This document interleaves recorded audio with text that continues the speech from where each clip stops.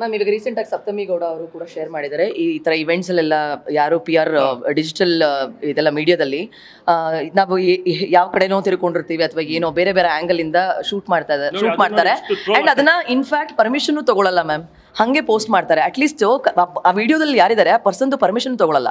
I will stand with Gowthami Gowda. Why? Because ಇದೇ ಒಂದು Suryanna audio release ಇವೆಂಟ್ಗೋ ಅಥವಾ ಟ್ರೈಲರ್ ರಿಲೀಸ್ ಇವೆಂಟ್ಗೋ ಮಫ್ಟಿ ಶಿವಣ್ಣ ಸರ್ ಹಾಕಿದಾರೆ ಗೊತ್ತಾ, ಬ್ಲ್ಯಾಕ್ ಪಂಚೆ ಮತ್ತೆ ಶರ್ಟು. ಸೊ ಯುನೀಕ್ ಆಗಿರುತ್ತೆ ಅಂತ ನಾನು ಹಾಕೊಂಡು ಬಂದಿದ್ದೀನಿ.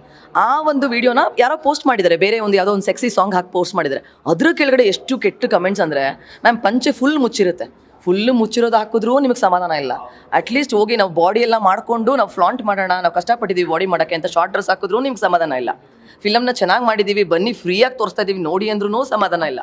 ಯಾವುದು ಈಗ ರೋಡಲ್ಲಿ ಒಬ್ಬ ಸ್ಟ್ರೈಟಾಗಿ ನಡ್ಕೊಂಡು ಹೋಗ್ತಿರ್ತಾನೆ, ಅದ್ರ ಬಗ್ಗೆ ಯಾರೂ ಗಮನ ಕೊಡಲ್ಲ. ಅದೇ ಅವನು ಹುಚ್ಚುಚ್ಚು ಥರ ತಿಕ್ಲು ಥರ ನಡ್ಕೊಂಡು ಹೋಗ್ತಾ ಇದೆ, ಯಾರು ಇವ್ನು ತಿಕ್ಲು ಥರ ನಡ್ಕೊಂಡು ಹೋಗ್ತಾ ಇದ್ದಾನೆ ಅಂತ ನೋಡ್ತಾರೆ ಜನ.